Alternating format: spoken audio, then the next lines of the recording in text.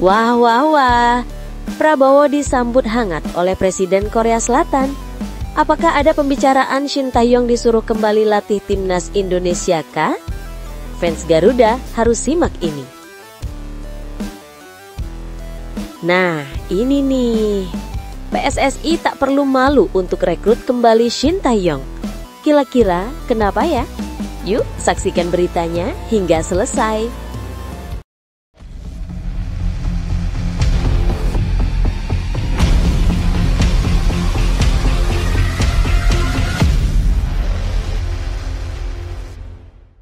Mohon subscribe channel Timnasku Indonesia agar tidak ketinggalan informasi Timnas Indonesia. Presiden Prabowo disambut hangat oleh Presiden Korea Selatan. Presiden Republik Indonesia, Prabowo Subianto, tengah menjadi pusat perhatian publik setelah melakukan kunjungan kenegaraan ke Korea Selatan dalam rangka menghadiri konferensi tingkat tinggi APEC 2025 yang digelar di Gyeongju. Kedatangan Prabowo disambut hangat oleh Presiden Korea Selatan, Lee Jae-myung, dalam suasana yang penuh keakraban dan simbol diplomasi yang erat antara kedua negara. Namun, di balik momen diplomatik tersebut, muncul kabar menarik yang justru mencuri perhatian warganet Indonesia.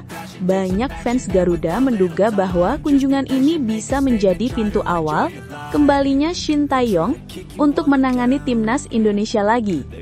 Dalam sebuah video yang beredar di media sosial, terlihat momen hangat ketika Prabowo menyapa Presiden Lee Jae-myung dengan ucapan Annyeonghaseyo. Sapaan sederhana itu langsung menjadi viral dan menuai banyak pujian karena dianggap menunjukkan kedekatan kultural antara Indonesia dan Korea Selatan. Namun yang menarik adalah bagaimana publik sepak bola Indonesia langsung mengaitkan kunjungan tersebut dengan sosok Shin Tae-yong, pelatih asal Korea Selatan yang sempat menorehkan sejarah bersama timnas Indonesia sebelum hubungan dengan PSSI berakhir dengan pemutusan kerjasama sepihak. Banyak penggemar Garuda menilai kehadiran Prabowo di Korea bisa saja membuka peluang baru untuk memperbaiki hubungan yang sempat renggang antara Shin Tae-yong dan Federasi Sepak Bola Indonesia. Rumor pun beredar bahwa ada kemungkinan perwakilan dari Indonesia yang ikut dalam rombongan presiden akan melakukan pertemuan informal dengan pihak Shin Tae-yong. Meski hal ini belum dikonfirmasi secara resmi, spekulasi tersebut terus menguat di media sosial, terutama di kalangan fans yang masih berharap besar agar Shin kembali menjadi juru taktik skuad Garuda. Tidak bisa dipungkiri, Shin Tae-yong adalah sosok yang memiliki tempat istimewa di hati para pecinta sepak bola Indonesia. Di bawah asuhannya, timnas Indonesia menunjukkan perkembangan yang signifikan baik dari sisi teknik, disiplin, maupun mental bertanding. Bahkan, Shin berhasil membawa skuad muda Indonesia tampil mengesankan di berbagai ajang internasional. Namun, pemecatan secara sepihak oleh PSSI beberapa waktu lalu meninggalkan rasa kecewa mendalam bagi banyak pihak, termasuk Shin sendiri. Sumber internal yang dekat dengan sang pelatih sempat menyebut bahwa Shin masih memiliki keinginan untuk kembali melatih Indonesia, namun tentu dengan beberapa syarat yang harus dipenuhi. Ia dikabarkan menginginkan adanya komitmen penuh dari federasi terhadap program pembinaan jangka panjang, profesionalisme dalam manajemen tim, serta kebebasan dalam mengambil keputusan teknis tanpa intervensi. Jika syarat-syarat ini bisa dipenuhi, bukan tidak mungkin Shin akan mempertimbangkan untuk kembali menangani skuad merah putih. Menariknya, fans sepak bola Indonesia juga melihat sosok Presiden Prabowo sebagai figur yang mampu menjadi jembatan diplomatik untuk meredakan ketegangan antara Shin dan PSSI. Dikenal sebagai pemimpin yang tegas namun juga menghargai dedikasi, banyak yang berharap Prabowo bisa turun tangan secara langsung untuk membuka komunikasi baru dengan sang pelatih. Momen pertemuannya di Korea Selatan dianggap sangat strategis karena selain menghadiri forum ekonomi tingkat dunia, ia juga bisa memperkuat hubungan bilateral melalui sektor olahraga. Sebuah langkah diplomasi yang sering digunakan oleh negara-negara maju. Jika pertemuan itu benar terjadi, dampaknya bisa sangat besar bagi masa depan sepak bola Indonesia. Kembalinya Shin Tae-yong bisa menjadi momentum penting untuk membangkitkan kembali semangat Garuda yang sempat redup pasca kepergiannya. Apalagi Shin sudah memahami karakter pemain Indonesia dan memiliki hubungan emosional yang kuat dengan para pemain muda yang ia latih sejak beberapa tahun yang terakhir. Kunjungan Prabowo ke Korea Selatan dalam rangka APEC 2025 sejatinya berfokus pada kerjasama ekonomi dan diplomasi internasional. Namun bagi jutaan fans sepak bola Indonesia, momen ini punya makna lebih dari sekedar forum ekonomi. Mereka melihatnya sebagai harapan baru, peluang emas yang mungkin saja membuka jalan bagi kembalinya sosok yang telah menginspirasi semangat nasionalisme di lapangan hijau. Kini publik hanya bisa menunggu dan berharap, apakah rumor ini akan menjadi kenyataan atau sekedar mimpi yang kembali menggema di tengah rindu akan kepemimpinan Shin Tae-yong. Bagaimana menurut kalian? Apakah pertemuan Presiden Prabowo di Korea bisa menjadi awal kembalinya Shin Tae-yong ke Timnas Indonesia? Tulis pendapat kalian di kolom komentar ya!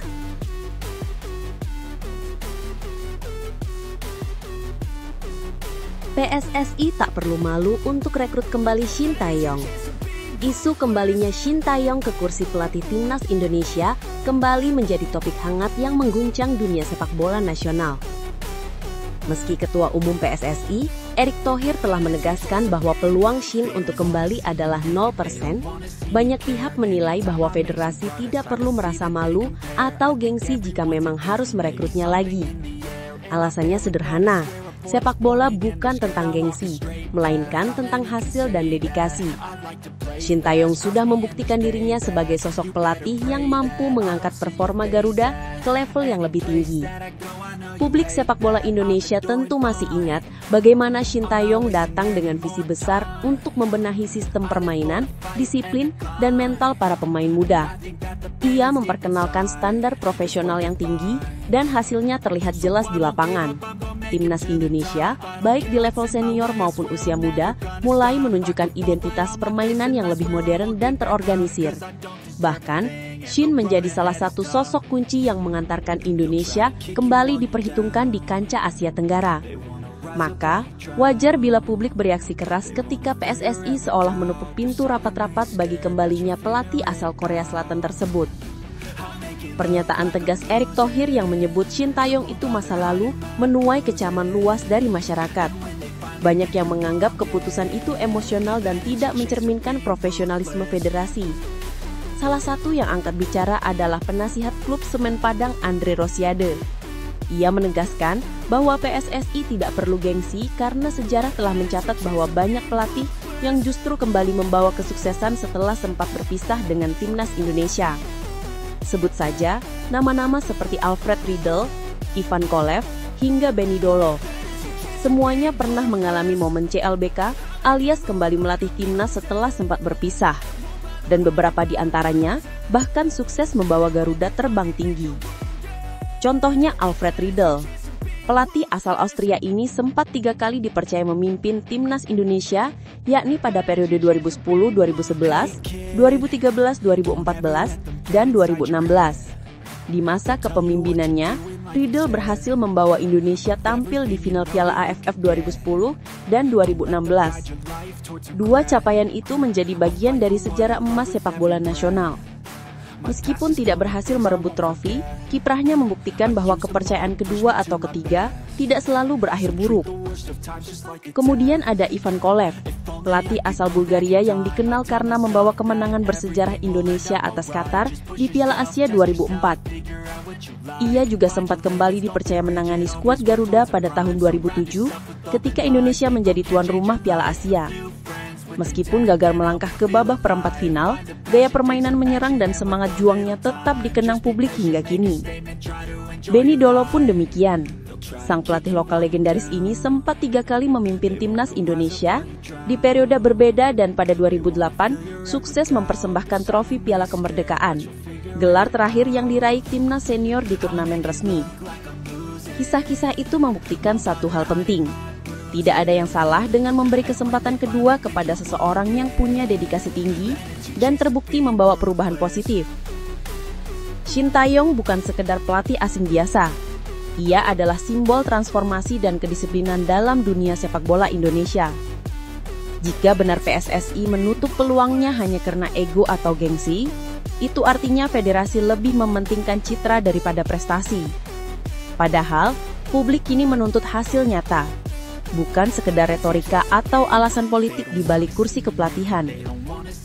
Banyak pengamat menilai, jika Shin diberi kesempatan lagi dengan dukungan penuh dari PSSI tanpa intervensi, timnas Indonesia bisa melangkah lebih jauh di kompetisi internasional. Apalagi dengan fondasi pemain muda yang sudah ia bentuk selama masa kepemimpinannya. Peluang untuk mencetak sejarah baru terbuka lebar. Oleh karena itu, PSSI seharusnya tidak perlu malu untuk mengakui jika keputusan mereka sebelumnya terburu-buru.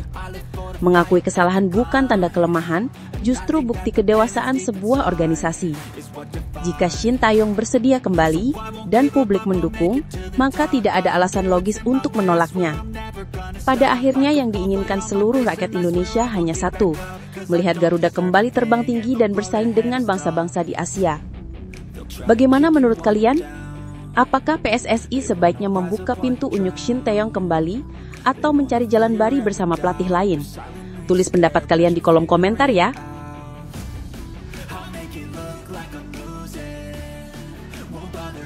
Timnas Indonesia U17 siap bermain di Piala Dunia. Setelah kepastian pahit bahwa Timnas Indonesia Senior gagal melangkah ke Piala Dunia 2026, publik sepak bola tanah air sempat dilanda kekecewaan mendalam. Harapan besar yang semula menyala di pundak skuad Garuda, ini harus pupus di tengah jalan. Namun, di balik kegelapan itu, muncul secercah harapan baru dari generasi muda, yakni Timnas Indonesia U17 yang kini tengah bersiap tampil di Piala Dunia U17 2025 di Qatar. Di bawah arahan pelatih muda berkarakter tegas, Nova Arianto, skuad muda Garuda ini siap menjadi obat pelipur lara bagi masyarakat Indonesia yang haus akan prestasi di kancah internasional. Nova Arianto yang dikenal sebagai sosok pekerja keras dan penuh disiplin, memastikan bahwa para pemain muda Indonesia sudah sangat siap tampil di turnamen dunia tersebut. Setelah menjalani serangkaian uji coba di Dubai, Uni Emirat Arab, Nova menegaskan bahwa timnya sudah mendapatkan banyak pelajaran berharga. Dalam 3 laga uji coba yang digelar di sana, Timnas U17 menunjukkan perkembangan signifikan meski harus menghadapi lawan-lawan tangguh seperti Paraguay, Pantai Gading, dan Panama di laga terakhir. Hasil dari 3 laga itu cukup menggambarkan potensi besar yang dimiliki skuad muda Garuda. Meski kalah tipis 1-2 dari Paraguay, Timnas U17 mampu bermain imbang 0-0 melawan Pantai Gading dan menahan tim kuat Panama dengan skor 1-1 di laga terakhir. Nova menyebut hasil tersebut bukan sekedar skor, melainkan cerminan dari proses pembelajaran yang sangat penting menjelang turnamen terbesar kelompok usia di dunia tersebut. Yang pasti, di 3 pertandingan ini kita banyak belajar ya, karena lawan yang kita hadapi dari Paraguay, Pantai Gading, dan Panama itu semuanya memiliki postur dan level permainan yang tinggi, ujar Nova Arianto usai laga terakhir di Dubai. Ia menambahkan bahwa para pemain muda Indonesia sudah mulai memahami bagaimana cara bermain di level internasional dan siap menghadapi tekanan yang jauh lebih besar di Piala Dunia nanti. Turnamen Piala Dunia U17 2025 yang akan digelar di Qatar mulai 3 November hingga 27 November mendatang menjadi kesempatan emas bagi Indonesia untuk menunjukkan perkembangan sepak bolanya. Ini adalah kali kedua Indonesia tampil di ajang tersebut, dan skuad asuhan Nova tergabung di grup H bersama lawan-lawan tangguh seperti Zambia, Brasil, dan Honduras. Laga perdana melawan Zambia pada 4 November nanti akan menjadi pembuktian awal sebelum menghadapi raksasa Amerika Selatan Brasil pada 7 November dan menutup fase grup melawan Honduras pada 10 November mendatang. Nova tak menampik bahwa tantangan yang dihadapi anak asuhnya sangat berat, namun ia menegaskan bahwa mentalitas dan semangat juang menjadi kunci utama. Saya bilang ke pemain, kita datang ke Qatar bukan hanya untuk berpartisipasi. Kita harus percaya diri dan berani.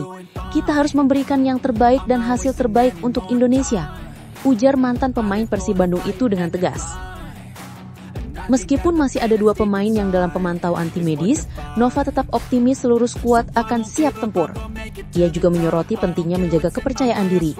Karena bagi pemain muda, pengalaman bermain di panggung dunia akan sangat menentukan masa depan mereka di sepak bola profesional.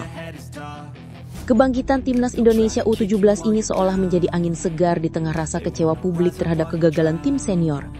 Banyak yang melihat bahwa generasi muda inilah yang akan menjadi fondasi baru bagi masa depan sepak bola nasional. Mereka bermain dengan semangat, tanpa beban, dan membawa mimpi besar untuk mengharumkan nama Indonesia di mata dunia. Kini, semua mata tertuju pada Nova Arianto dan anak asuhnya. Mampukah mereka menjadi pelipur lara bagi pecinta sepak bola tanah air? Harapan besar tertuju pada skuad muda ini untuk membawa semangat baru, membuktikan bahwa masa depan Garuda masih cerah, dan bahwa kegagalan bukanlah akhir, melainkan awal dari kebangkitan yang sesungguhnya. Bagaimana menurut kalian? Apakah Timnas Indonesia U17 bisa menjadi kebanggaan baru setelah kegagalan tim senior? Tulis pendapat kalian di kolom komentar dan beri semangat untuk Garuda Muda yang akan berjuang di Qatar.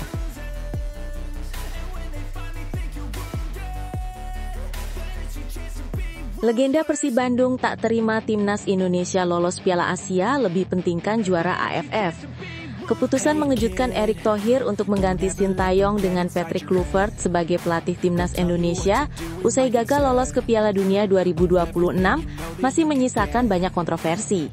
Banyak penggemar Garuda merasa heran dan kecewa karena pergantian pelatih seharusnya bisa membawa tim menuju prestasi yang lebih baik. Sayangnya kenyataannya justru sebaliknya. Timnas Indonesia yang sebelumnya punya peluang besar untuk lolos ke Piala Dunia malah gagal total di babak kualifikasi. Dan kegagalan ini membuat banyak pihak menaruh rasa kecewa pada federasi. Di tengah kekacauan ini muncul sosok yang tak kalah mengejutkan, yakni legenda Persib Bandung sekaligus mantan pemain Timnas Indonesia Atep. Alih-alih ikut mengutuk kegagalan tim nasional di Piala Dunia, Atep justru menekankan target yang menurutnya lebih realistis, yaitu juara Piala AFF. Pernyataan ini sontak menjadi sorotan, karena level Piala AFF jelas berada di bawah Piala Asia yang baru saja berhasil dilewati Timnas Indonesia. Banyak yang menilai target Atep justru menurunkan standar tim nasional, seolah prestasi lolos ke Piala Asia tidak terlalu berarti. Atep menjelaskan bahwa target juara Piala AFF menjadi penting sebagai pengobat luka atas kegagalan Timnas di Piala Dunia 2026. Menurutnya, trofi Piala AFF bisa menjadi momentum moral bagi tim untuk bangkit dan membangun kepercayaan diri. Sejak dahulu, Indonesia belum pernah juara Piala AFF, jadi ya untuk mengobati luka juga ini, kata Atep di Jakarta. Pernyataan ini jelas menunjukkan bahwa Atep ingin melihat Timnas meraih kemenangan yang lebih mudah dicapai sebelum menatap target yang lebih tinggi. Namun perspektif Atep ini menuai kritik.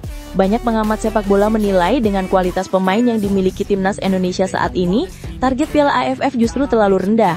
Apalagi tim nasional baru saja membuktikan kemampuannya dengan lolos ke Piala Asia yang level kompetisinya jauh lebih tinggi. Dengan kondisi ini, seharusnya federasi dan tim pelatih menetapkan target yang ambisius, seperti minimal menembus semifinal Piala Asia pada 2027, atau mempersiapkan tim untuk Piala Dunia 2030. Mengarahkan fokus pada Piala AFF dianggap justru menurunkan semangat kompetitif para pemain. Lebih jauh banyak pihak mempertanyakan konsistensi strategi federasi. Pergantian pelatih dari Sintayong ke Patrick Kluivert semula diharapkan bisa mengoptimalkan peluang lolos ke Piala Dunia. Sayangnya hasil yang didapat malah sebaliknya. Kekalahan di babak kualifikasi menunjukkan bahwa pergantian pelatih tidak serta-merta membawa perbaikan instan. Hal ini menimbulkan pertanyaan besar tentang manajemen Timnas dan keputusan-keputusan strategis yang diambil. Meski begitu, Atep tetap percaya dengan kemampuan pemain. Ia menekankan setelah menjuarai Piala AFF, barulah tim bisa menatap target yang lebih tinggi, seperti juara Piala Asia atau bahkan Piala Dunia. Filosofi ini sebenarnya menekankan pendekatan bertahap, namun kritik muncul karena langkah tersebut dinilai mengabaikan momentum prestasi yang sudah dicapai, yaitu lolos ke Piala Asia. Penggemar pun mulai mempertanyakan, apakah target bertahap ini terlalu konservatif untuk generasi pemain yang potensial saat ini? Sejarah juga menunjukkan bahwa Indonesia memang belum pernah menjuarai Piala AFF. Selama 15 kali turnamen digelar sejak 1996, Indonesia baru 6 kali mencapai posisi runner-up, jauh dibanding Thailand yang 7 kali menjadi juara. Hal inilah yang mungkin memotivasi Atep untuk menekankan target AFF. Tapi, fakta bahwa tim baru saja berhasil lolos ke Piala Asia menunjukkan kemampuan mereka untuk bersaing di level yang lebih tinggi. Atep sebenarnya ingin membangun fondasi kemenangan yang realistis, tapi banyak penggemar merasa strategi mental ini justru menurunkan standar ambisi tim. Dengan komposisi pemain yang ada saat ini, Timnas Indonesia seharusnya memiliki target yang lebih tinggi dan tidak cukup puas dengan kemenangan regional semata. Kegagalan di Piala Dunia 2026 seharusnya menjadi bahan evaluasi untuk menetapkan target jangka panjang yang lebih berani, bukan hanya fokus pada Piala AFF. Pada akhirnya, pernyataan Atep ini memicu perdebatan hangat di kalangan fans sepak bola Indonesia. Ada yang setuju bahwa juara Piala AFF penting untuk membangun mental pemain, tapi tidak sedikit pula yang menilai fokus tersebut bisa mengaburkan tujuan sebenarnya, yaitu menjadikan timnas Indonesia kompetitif di level Asia dan dunia. Apakah fokus Atep ini bijak atau justru merugikan perkembangan tim? Penonton pun diundang untuk menuliskan pendapat mereka di kolom komentar.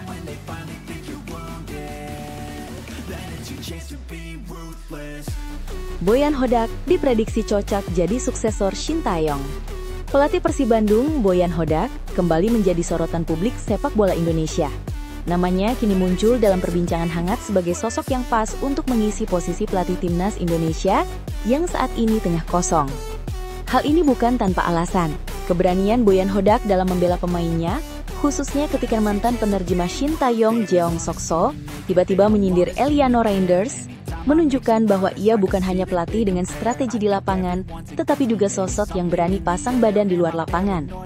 Pernyataan Hodak yang menegaskan kualitas Reinders, menegaskan komitmennya untuk melindungi pemain dan menjaga keharmonisan tim, sebuah karakter yang sangat dibutuhkan oleh timnas Indonesia yang ingin kembali ke jalur prestasi internasional. Boyan Hodak tidak ragu menyuarakan kritiknya terhadap JJ, panggilan akrab mantan penerjemah tersebut, yang dianggapnya terlalu jauh berkomentar soal performa pemain. Dalam sebuah pernyataan, Hodak menekankan bahwa pekerjaan penerjemah adalah menerjemahkan, bukan menilai kualitas sepak bola pemain. Ia menyoroti kemampuan Reinders yang tampil konsisten dan bisa diandalkan di berbagai posisi. Pernyataan ini bukan hanya membela Reinders, tetapi juga mengirim pesan tegas kepada publik bahwa Hodak serius menjaga moral dan profesionalisme pemain. Sikap tegas seperti ini, jika diterapkan di level timnas, bisa membangun atmosfer yang sehat bagi skuad Indonesia, di mana fokus utama tetap pada performa di lapangan, bukan komentar luar yang provokatif. Selain itu, Boyan Hodak memiliki pengalaman langsung menangani beberapa pemain yang kini menjadi bagian dari timnas Indonesia, seperti Mark Klok dan Tom Haye. Kedekatannya dengan pemain-pemain ini membuatnya memiliki pemahaman lebih mendalam tentang karakter, kemampuan, dan potensi mereka. Faktor ini sangat penting ketika mempertimbangkan kesiapan timnas Indonesia menghadapi kompetisi besar seperti Piala Asia 2027. Hodak bukan hanya mengetahui kemampuan teknis pemain, tetapi juga psikologi mereka di bawah tekanan. Dengan pendekatan seperti ini, pemain bisa tampil optimal dan tim bisa membangun harmoni yang solid, elemen penting bagi keberhasilan di ajang internasional. Persib Bandung pun menjadi bukti nyata keberhasilan Hodak dalam membangun tim yang kompetitif. Dalam 8 pertandingan terakhir yang melibatkan Eliano Reinders, tim asuhannya meraih 5 kemenangan, 1 imbang dan 1 kekalahan. Dengan Reinders tampil impresif baik sebagai bek kanan maupun kiri, serta membantu tim mencatat 5 clean sheet. Statistik ini menunjukkan bahwa Hodak mampu memaksimalkan potensi pemainnya, membentuk disiplin defensif, sekaligus menjaga konsistensi performa tim. Rumor kedatangan Joe Pelopesi ke Persib juga menambah daya tarik, karena kehadiran pemain berkualitas bisa semakin memperkuat tim, dan tentu saja mempermudah tugas Hodak dalam menyiapkan strategi.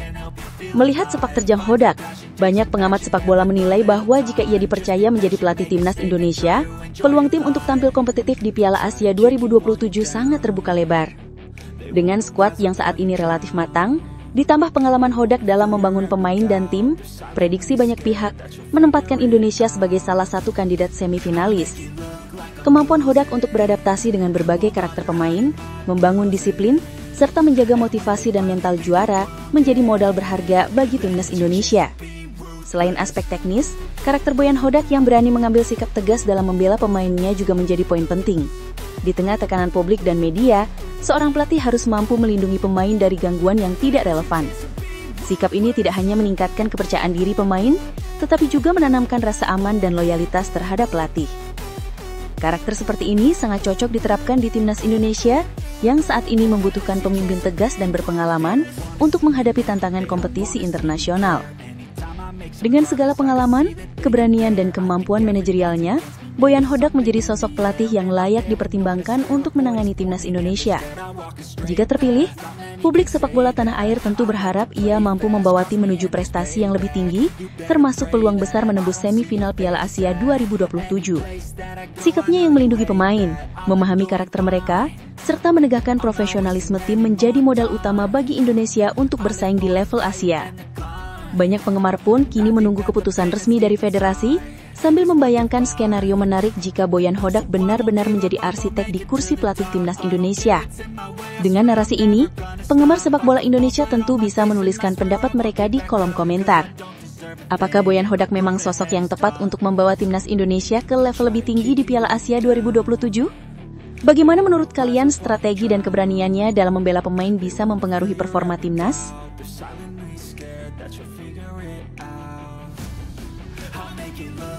Jurgen Klopp kandidat kuat tangani timnas Indonesia. Kursi pelatih timnas Indonesia kini tengah kosong setelah perpisahan resmi dengan Patrick Kluivert. Keputusan ini memunculkan banyak spekulasi soal siapa sosok yang pantas menahkodai skuad Garuda ke depan. Di tengah pencarian ini, nama Jurgen Klopp, mantan pelatih Liverpool, muncul sebagai kandidat kuat yang bisa membawa Indonesia ke level yang lebih tinggi. Klopp dikenal sebagai pelatih dengan filosofi sepak bola yang disiplin, agresif, dan penuh strategi melalui gaya gegenpressing, sehingga kemampuannya tidak perlu diragukan lagi. Banyak pengamat dan mantan pemain, termasuk Atep Rizal, menilai bahwa kehadiran pelatih berkelas seperti Klopp bisa menjadikan target juara Piala AFF bukan sekadar mimpi, melainkan kemungkinan nyata. Atep Rizal, mantan pemain timnas Indonesia yang terakhir memperkuat Garuda pada 2007, menekankan pentingnya memilih pelatih asal Eropa, terutama Jerman. Menurutnya, pelatih Jerman memiliki karakter yang tegas, disiplin dan filosofi sepak bola yang matang, sehingga mampu menyesuaikan diri dengan pemain naturalisasi yang kini mendominasi skuad Indonesia. Atep menyoroti bahwa pengalaman di level klub Eropa bisa menjadi tolok ukur utama, bahkan jika pelatih tersebut belum pernah menukangi timnas. Klopp dengan rekam jejaknya di klub-klub top Eropa, termasuk membawa Liverpool juara Liga Champions dan Premier League, menjadi contoh nyata sosok yang memiliki jam terbang dan kualitas yang mumpuni. Selain itu, klub juga dikenal mampu membangun tim dari berbagai karakter pemain. Filosofi gegenpressing yang ia terapkan tidak hanya soal teknik di lapangan, tetapi juga membentuk mental juara dan kerjasama tim yang solid. Bagi timnas Indonesia yang sedang berada dalam fase perkembangan dan adaptasi, kehadiran pelatih dengan kemampuan membentuk struktur tim dan disiplin tinggi seperti Klopp akan sangat bermanfaat. Dengan pendekatan ini, peluang untuk menjuarai Piala AFF dan menargetkan semifinal Piala Asia 2027 menjadi realistis. Skuad Indonesia saat ini sudah memiliki beberapa pemain kunci yang matang, sehingga di tangan Klopp kombinasi strategi, pengalaman dan disiplin bisa memaksimalkan performa tim secara keseluruhan. Tak hanya soal kemampuan teknis, Klopp juga dikenal sebagai sosok yang mampu menjaga hubungan baik dengan pemain dan mengelola tekanan publik. Mental juara yang dibangun sejak klub-klub besar Eropa sangat relevan untuk menghadapi tekanan kompetisi internasional.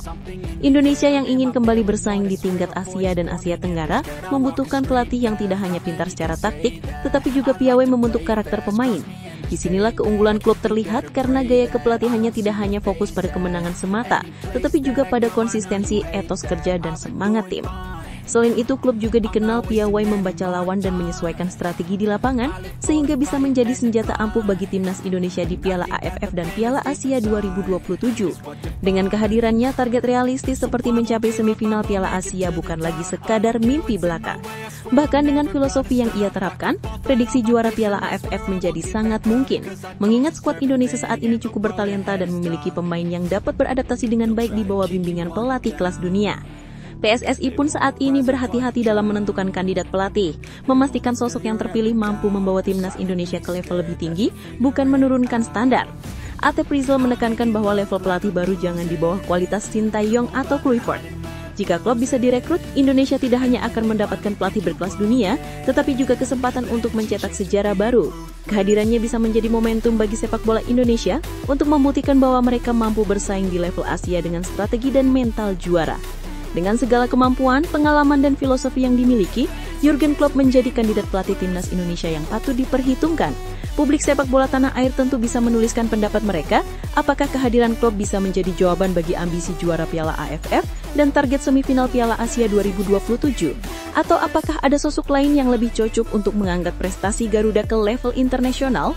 Diskusi ini tentu bisa ramai di kolom komentar sambil menunggu keputusan resmi dari PSSI soal siapa yang akan menahkodai timnas Indonesia selanjutnya.